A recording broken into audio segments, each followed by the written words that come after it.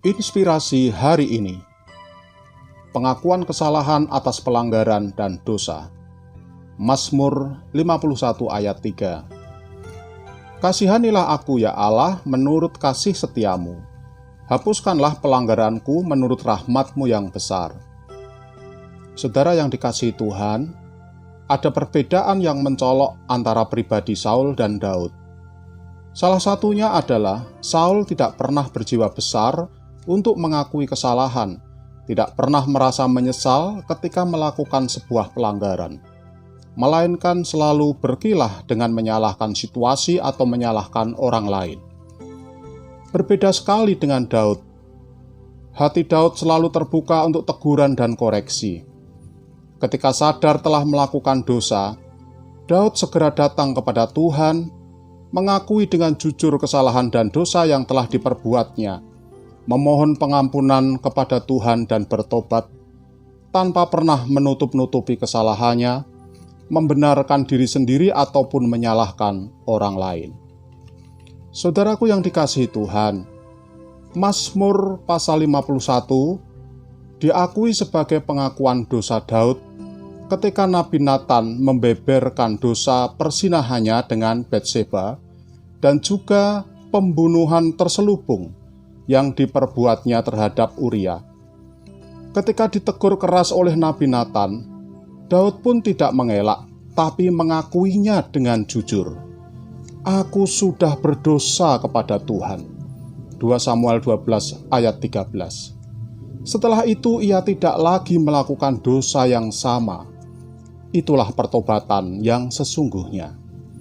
Dengan penuh penyesalan Daud berdoa, kasihanilah aku ya Allah menurut kasih setiamu. Hapuskanlah pelanggaranku menurut rahmat-Mu yang besar. Mazmur 51 ayat 3. Pula ketika diperingatkan karena memegahkan diri dengan menghitung jumlah prajuritnya, segeralah Daud menyadari kesalahannya di hadapan Tuhan. Aku telah sangat berdosa karena melakukan hal ini.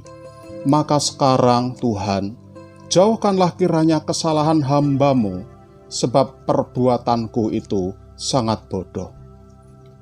Betapa banyak sekali orang Kristen yang berlaku seperti Saul dan tidak seperti Daud. Sulit sekali mengakui kesalahannya dan dengan mudahnya menyalahkan keadaan atau orang lain. Mereka tidak mau dikoreksi dan malah membenarkan diri sendiri.